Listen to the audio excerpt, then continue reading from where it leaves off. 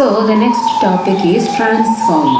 അപ്പോൾ ഓൾട്ടർനേറ്റിംഗ് കറൻറ്റിൻ്റെ ആദ്യം ഞാൻ പറഞ്ഞായിരുന്നു, ഓൾട്ടർനേറ്റിംഗ് കറൻറ്റിൻ്റെ പ്രത്യേകത എന്താണെന്ന് പറഞ്ഞാൽ ഡയറക്റ്റ് കറൻറ്റിനേക്കാളും ലോങ് ഡിസ്റ്റൻസ് ട്രാൻസ്മിഷന് നമുക്ക് ഈസി ഓൾട്ടർനേറ്റിംഗ് കറൻറ്റാണ്. And how it is possible, അങ്ങനെ നമുക്ക് ഉപയോഗിക്കേണ്ടി വരുന്ന ഒരു ഇൻസ്ട്രുമെൻ്റാണ് transformer. You might have seen the transformers in the junctions of the road. Now what is the use of transformer? It is used to change the voltage of alternating current. അത് voltage കൂട്ടാനോ voltage കുറയ്ക്കാനോ നമുക്ക് transformer ഉപയോഗിക്കാം. And it is working on the principle of mutual induction. Now what is a transformer? ട്രാൻസ്ഫോർമറിന് 2 set കോയിലുണ്ട്. ഇതിൽ ആദ്യത്തെ set coil എന്ന് പറയുന്നത് ഏതിൽ കൂടിയാണോ നമ്മൾ AC ആയിട്ട് ഓൾട്ടർനേറ്റിംഗ് കറണ്ടായ ഇൻപുട്ട് കൊടുക്കുന്നത് അതിനെ നമ്മൾ വിളിക്കുന്നു പ്രൈമറി കോയിൽ. അതുപോലെ തന്നെ ഏതിൽ നിന്നാണോ നമ്മൾ ഔട്ട്പുട്ട് എടുക്കുന്നത് that limb is called secondary. So നമുക്കൊരു പ്രൈമറി സെറ്റ് ഓഫ് കോയിൽസും ഉണ്ട്, സെക്കൻഡറി കോയിലും ഉണ്ട്. ഇപ്പോൾ ഫിഗറിൽ കാണിച്ചിരിക്കുന്നത് പോലെ 2 ലിംസിലും നമുക്ക് വേണമെങ്കിൽ ഒരു ട്രാൻസ്ഫോർമറിൻ്റെ കോയിൽ വൈൻഡ് ചെയ്യാം.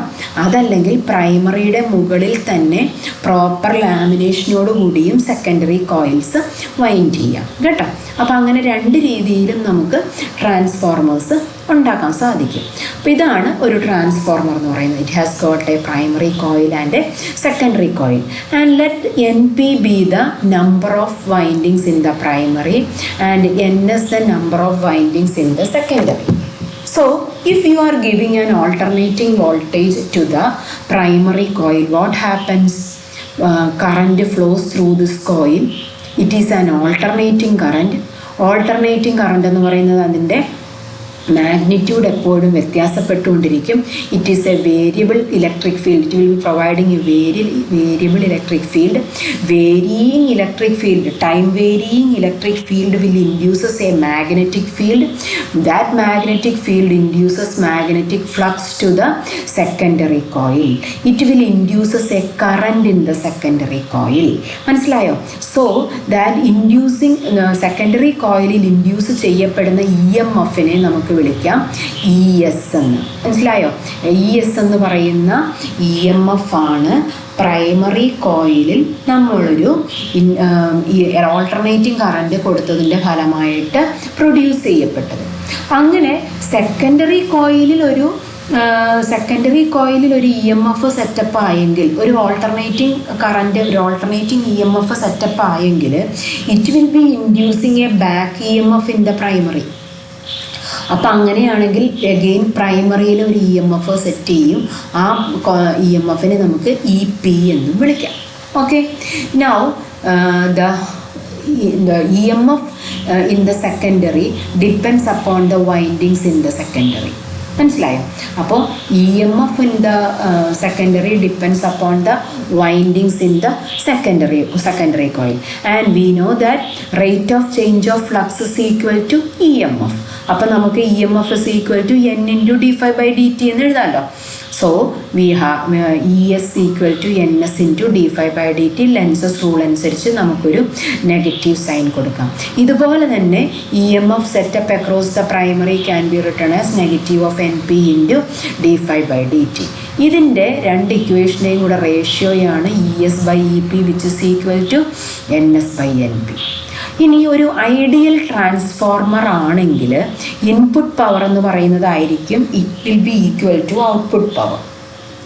ഇൻപുട്ട് പവർ ഔട്ട്പുട്ട് പവറിന് ഈക്വൽ ആണെങ്കിൽ ഇൻപുട്ട് കോയിലിൻ്റെ power should be equal to output power അല്ലേ? ഇൻപുട്ട് എന്ന് പറയുന്നത് പ്രൈമറി കോയിലും ഔട്ട്പുട്ട് എന്ന് പറയുന്നത് സെക്കൻഡറി കോയിലുമാണ്. അപ്പോൾ പവർ എന്ന് പറയുന്നത് V into I അല്ലേ? അപ്പോൾ ഇവിടെ നമുക്ക് EMF into current EP/IP equal to ES into IS. അപ്പോൾ മുകളിൽ പറഞ്ഞ റിലേഷനുമായിട്ട് കമ്പയർ ചെയ്യുമ്പോൾ ഇവിടെ നിന്ന് ES/EP എന്ന് പറയുന്നത് IP/IS ആണ്, which is also equal to NS/NP.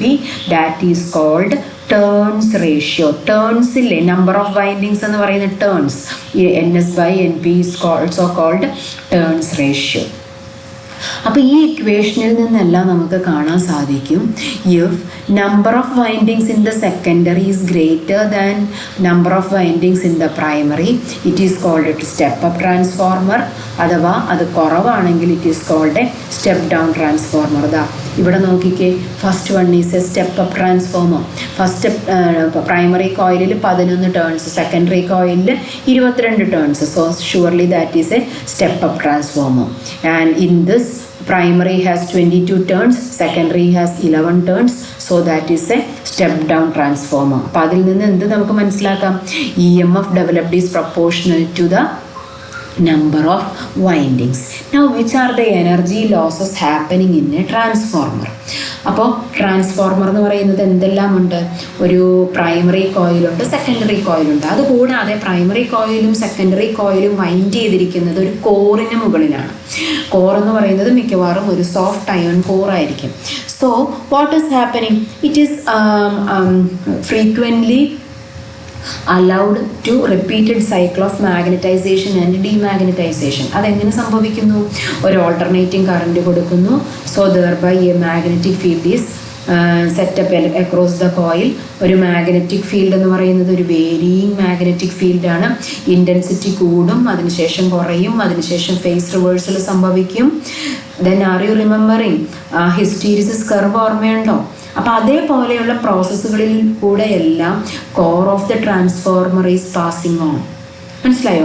അപ്പോൾ അവിടെ എല്ലാം ഇതെല്ലാം കൊണ്ട് ട്രാൻസ്ഫോർമറിന് ഒത്തിരി എനർജി ലോസ് സംഭവിക്കും. ഇനി അതുകൂടാതെ കോയിലിൽ കൂടി കയറിപ്പോകുന്നത് ഓൾട്ടർനേറ്റിംഗ് കറണ്ടാണ്. കറണ്ടിൽ നിന്നും ഒത്തിരി റേഡിയേഷൻസ്, ഹീറ്റ് റേഡിയേഷൻസ് പോകാറുണ്ട് അല്ലേ? അപ്പോൾ അങ്ങനെയുള്ളതെല്ലാം ട്രാൻസ്ഫോർമറിൻ്റെ ലോസുകളെന്ന് നമ്മൾ വിളിക്കുന്നു. അത് നമുക്ക് നോക്കാം ഏതൊക്കെയാണെന്ന്. First one is flux leakage. കാരണം പ്രൈമറിയിലുണ്ടാകുന്ന വേരിയബിൾ ഇലക്ട്രിക് ഫീൽഡ് കാരണം it will be providing a magnetic field. Magnetic ഫീൽഡിൻ്റെ കംപ്ലീറ്റ് ഫ്ലക്സും സെക്കൻഡറിയിലേക്ക് പോകണമെന്നില്ല, ലിങ്ക് ആകണമെന്നില്ല. All the flux may not pass to the secondary. So due to the lack of designing of the core so many fluxes are lost. മനസ്സിലായോ? അപ്പോൾ അത് reduce ചെയ്യാൻ വേണ്ടി നമ്മൾ ചെയ്യുന്നത് എന്താണ്? പ്രൈമറി വൈൻഡിങ്ങും സെക്കൻഡറി വൈൻഡിങ്ങും ഒരു കോറിന് മുകളിൽ തന്നെ, ഒന്നിനു മുകളിലായിട്ട് വൈൻഡ് ചെയ്ത് വെക്കുക. Next loss is joule loss. Joule loss എന്ന് പറയുന്നത് ജൂൾസ് ലോ ഓഫ് ഹീറ്റിംഗ് കേട്ടിട്ടില്ലേ?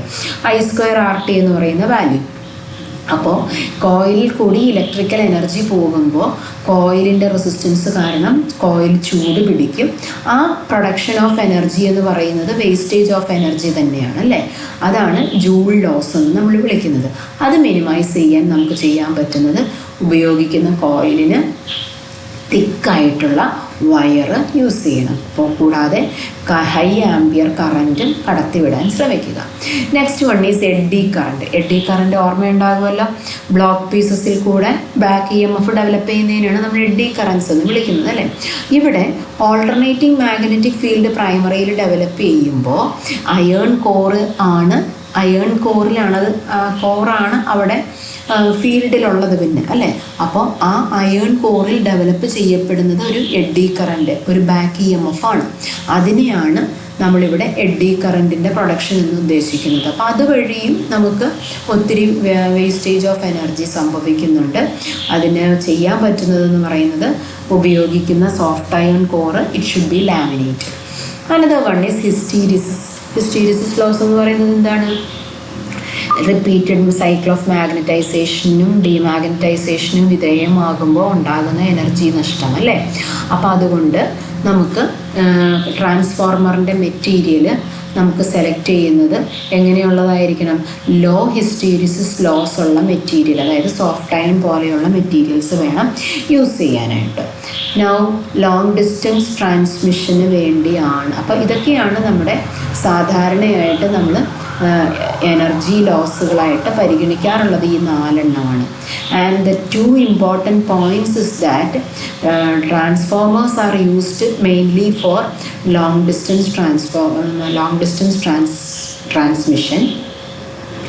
And the method of transmission is that the output voltage from the generator is step up and then transmitted അതിനുശേഷം നമ്മുടെ വീടുകളുടെ സമീപത്തൊക്കെ വന്നു കഴിയുമ്പോൾ എന്താ ചെയ്യുന്നത്, ഹൈ വോൾട്ടേജ് ആയിട്ടുള്ള 11 kV വയറിങ്ങിൽ നിന്ന് കൂടി പോകുന്ന കറണ്ടുകളെല്ലാം എന്ത് ചെയ്യണം, അതിൻ്റെ വോൾട്ടേജ് കുറയ്ക്കണം അല്ലേ. നമ്മുടെ വീട്ടിലെത്തുമ്പോൾ ഇത്ര വരണം, 230 വോൾട്ട് മതി. പക്ഷേ കറണ്ടിൽ കൂടെ പാസ് ചെയ്ത് ജനറേറ്റിംഗ് സ്റ്റേഷനിൽ നിന്ന് പാസ് ചെയ്ത് നമ്മുടെ ജംഗ്ഷൻ വരെയൊക്കെ എത്തുന്നത് ഇതുപോലെയുള്ള 11 kV ലൈനുകളിൽ കൂടിയാണ്. 11,000 വോൾട്ടാണ് അല്ലേ.